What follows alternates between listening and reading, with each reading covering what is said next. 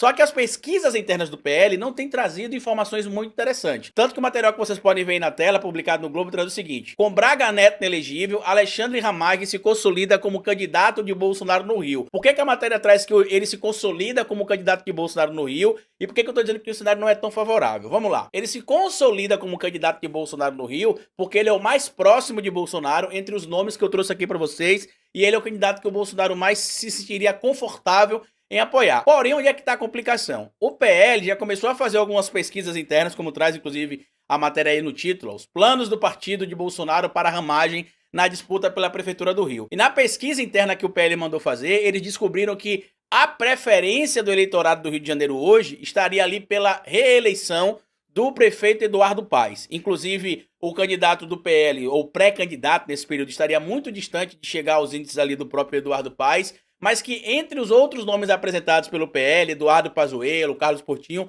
o Ramagem supostamente teria ali a menor rejeição. E segundo o trecho dessa matéria aí que eu vou trazer para vocês, os dados estão bem claros. Hoje, o favorito dos levantamentos internos dos partidos é o atual prefeito Eduardo Paes, que sempre aparece com cerca de 40% da preferência dos eleitores lá do Rio de Janeiro. Só que tem dois fatores importantes que a gente precisa destacar também aqui para complementar, ou seja, no total seriam 4 fatores, né? O primeiro, Bolsonaro é do Rio de Janeiro e tem, de certo modo, ali muita influência no cenário local da política. O segundo ponto, na última eleição em 2022, Jair Bolsonaro venceu em 90% das zonas eleitorais em áreas de milícia no Rio de Janeiro. Bolsonaro teve quase 500 mil de votos nos territórios da capital fluminense, que tem predomínio da milícia. Ou seja, quando você vê esses números, você entende que a possibilidade de o Bolsonaro lançar um candidato forte no Rio de Janeiro é grande. Primeiro, pela relação que em tese existe entre o Bolsonaro e as milícias no Rio de Janeiro, e segundo, por conta de toda a máquina de ódio que a gente sabe que o Carlos Bolsonaro comanda no tal gabinete do ódio, segundo as denúncias públicas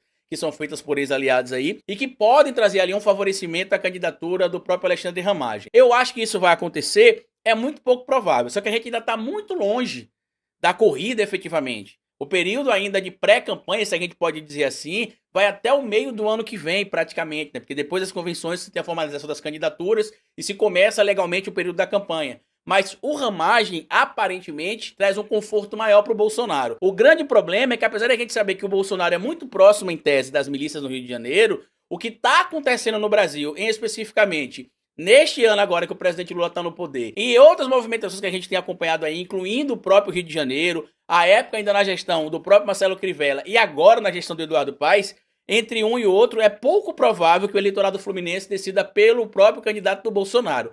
Mas muita água vai passar por debaixo dessa ponte ainda. Eu não acredito que a candidatura do Ramagem se fortaleça, como muita gente está trazendo, porque ele é o mais queridinho pelo Bolsonaro. Eu acho que outros fatores ainda serão tratados, e os números econômicos do governo Lula, caso ele venha apoiar o Eduardo Paes, que é o que tende a acontecer, segundo conversas de bastidores, para 2024, vai facilitar a possibilidade de reeleição do atual prefeito do Rio de Janeiro.